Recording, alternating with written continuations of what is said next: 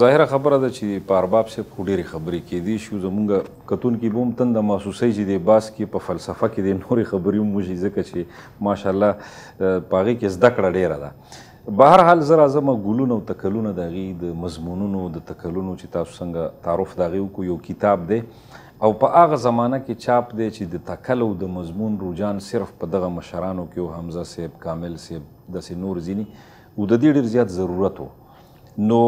ګلونه تکلونه کې د ارباب صاحب چې کوم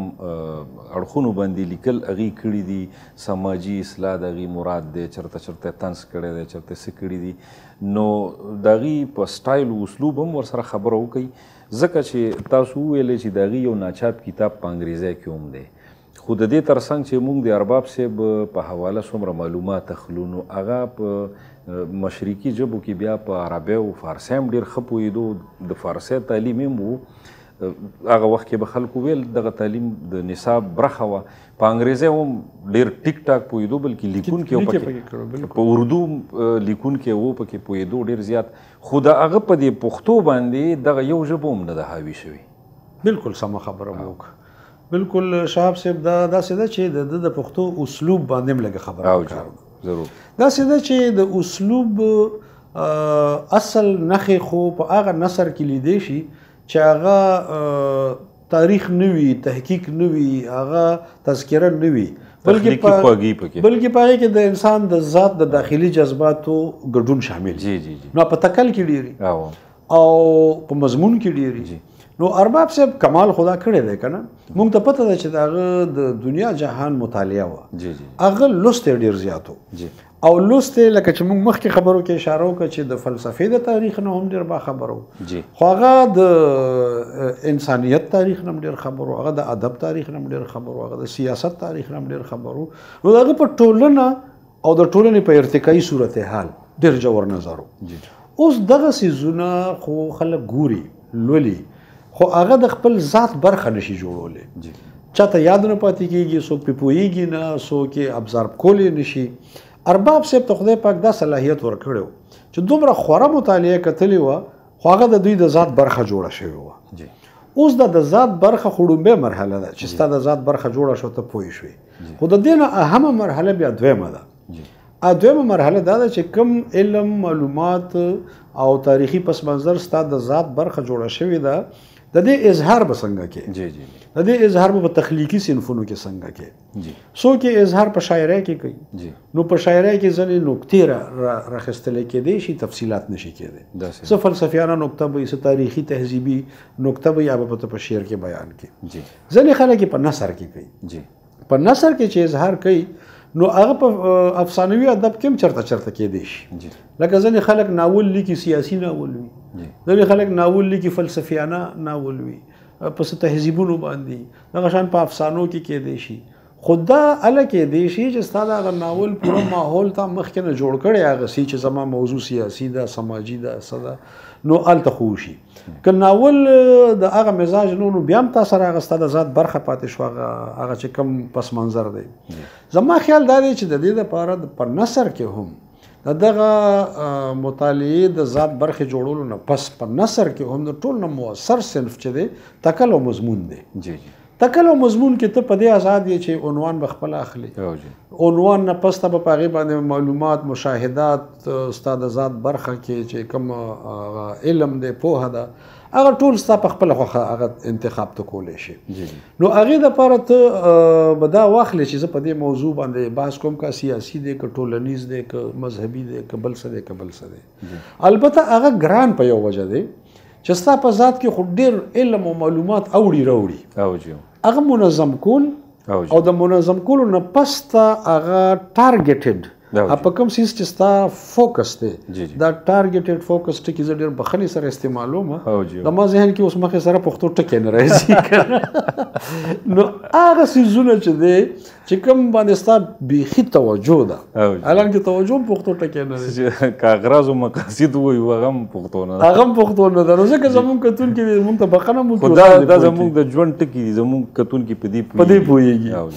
نو هغه چې کوم سیز تا په خپل ذات کې منظم کړی هم دی نو بیا هم خور ور دی ترتیب او تنظیم خو دی وکړو خو تفصیل زیات دی نو لیک ته هغه سمپ کول هغه غونډول هغه مختصر کول هغه په لنډ او په لږو ټکو کې ډېرې خبرې کول دا بیا یو ګرانه مرحله ده دې ټولو مراحلو نه ارباب صاحب چې دی په ډېر ښه طریقه تېر شوی او دې سره یو بله خوبي ملګرې کړې ده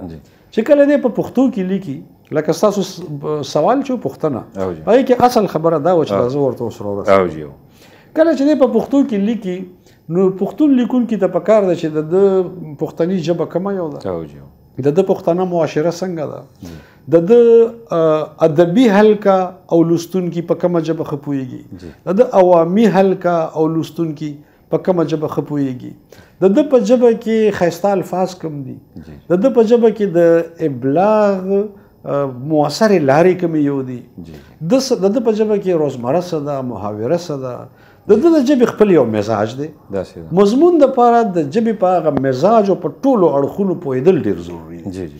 ارباب صاحب په دې کې ډېر کامیاب دی دا کوم کتاب چې تاسو یاد کو ګلونه وزغي په دې کې ځینې لیکونه خو داسې دي چې هغه ډېر علمي دي او په هغې کې ځینې علمي اصطلاحات به راځي خصوصا وړومبي دوه درې مضامین چې دي انساني ژوند او تاریخ اوس انساني ژوند او تاریخ یو علمي لیک دی د ادب تاریخ یا پښتو ادب او پښتو ادب هغې کې مجموعي ادب هم شته او د پښتو ادب هم شته هغه یو علمي لیک دی خو په هغې کې ارباب صاحب سره داسې الفاظ او ډکشن او اسلوب شته چې هغه مؤثر دی البته ځینې لیکونه په دې کتاب کې داسې دي چې هغې کې د ژبې او د داخلیت د اظهار زور پکارو لکه زړې وهی او یا لکه د کونډې زوی یا د کونډې زوی دا قسمه مضامین چې کوم په دې کې شامل دي هغې کې خو په کار دا وه چې ستا اسلوب څه دی ستا ژبه څه ده ستا جملې څه دي ستا معاشره څه ده ستا ټولنیز یا زموږ یو بل ډېر ټیپیکل ټکی دی تربور چې په هغې م یو تکل په تربور باندې یو تکل لیکلی بالکل اوس دې کې ګوره ستا ټولنه او ستا اقدار خو ډېر ضروري چې ته په هغې پوه یې که نه نو ارباب صاحب په دې څیزونو کې ډېر کامیاب دی چې هغه کوم کې بیخي داخلیت پکار دی د خارجي علم نه د استفادې په ذریعه نه بلکې ستا د ذات د معلوماتو او مشاهدې په ذریعه چې تا سره څه دي د هغې اظهار به څنګه کې په هغې کې ارباب صاحب ډېر زیات کامیاب شوی دی او اخري خبره به زه دې سره دا ملګرې کوم چې ستاسو په دې پوښتنه کې د هغه دور خبره وه چې هغه وخت کې د حمزه بابا او ځینې خلکو هغه تکل یا مضمون ډېر کم و نو دې سره زه تاسو ته ډېره زړه راښکونکې خبره وکړم چې مضمونونه خو ډېر کم وو او په رسالو کې به چاپ کېده خو زما د موجوده پوهې یا معلوماتو تر مخه ارباب صاحب وړومبی سړی دی چې د تکلونو کتاب یې چاپ دی په 25م کې 1965 کې 65 کې 65م کې د تکلونو یو کتاب نه دی چاپ نه د حمزه بابا چاپ دی لکه منظم باقاعده وړومبی کتاب منظم باقاعده د تکلونو وړومبی کتاب د ارباب صاحب دی زما چې څومره معلومات ګوره د تکلونو خو د ډېر پخوانه لیکلی کېدل که نه د راحت زاخیلي او د حمزه بابا او د سمندر او د حبیبي صاحب 1940 مولانا عبدالقادر او د دې خلکو د 40 یو 40 کې خو په نن پرون کې په دهلي کې چې کومه رساله چاپ کېده هغې کې مضامین به چاپ کېده ځینې سنجیده موضوعاتو باندې د داخلیت نماینده ترجمان لیکونه به چاپ کېده خو کتابونه نه دا د حمزه بابا یو دوه کتابونه چې دا وروستو چاپ شوي دي د باقاعده د تکلونو مجموعه ما ته د ارباب صاحب وړومبی ښکاري ګلونه وزغي او په دې کې په خپله چې د ګلونو ازغي کوم لیک دی که نه دا یو تکل دی دا یو تکل دی او دا تکل په لوازماتو باندې ډېر پوره تکل دی یعنې ډېر نږدې تکل دی بلکې زه به چونکې تاسو د رحمان بابا سپیشلیست یې متخصص یې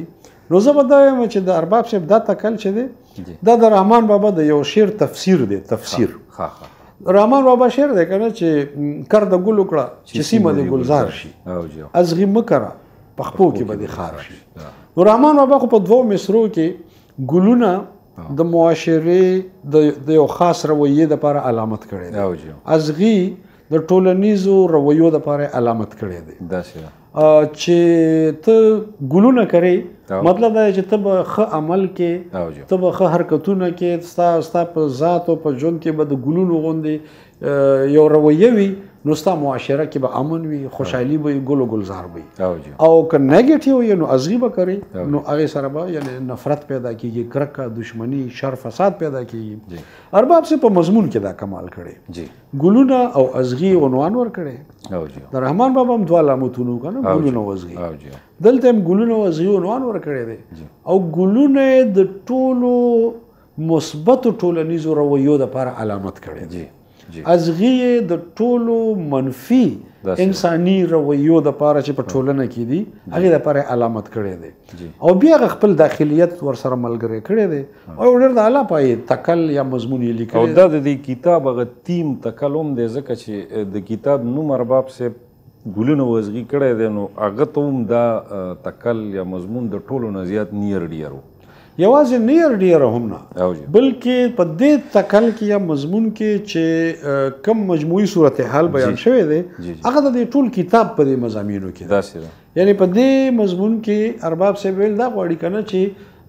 د خیر او د نیکۍ ټولنیزې رویې څه دي، ګلونه دي که نه،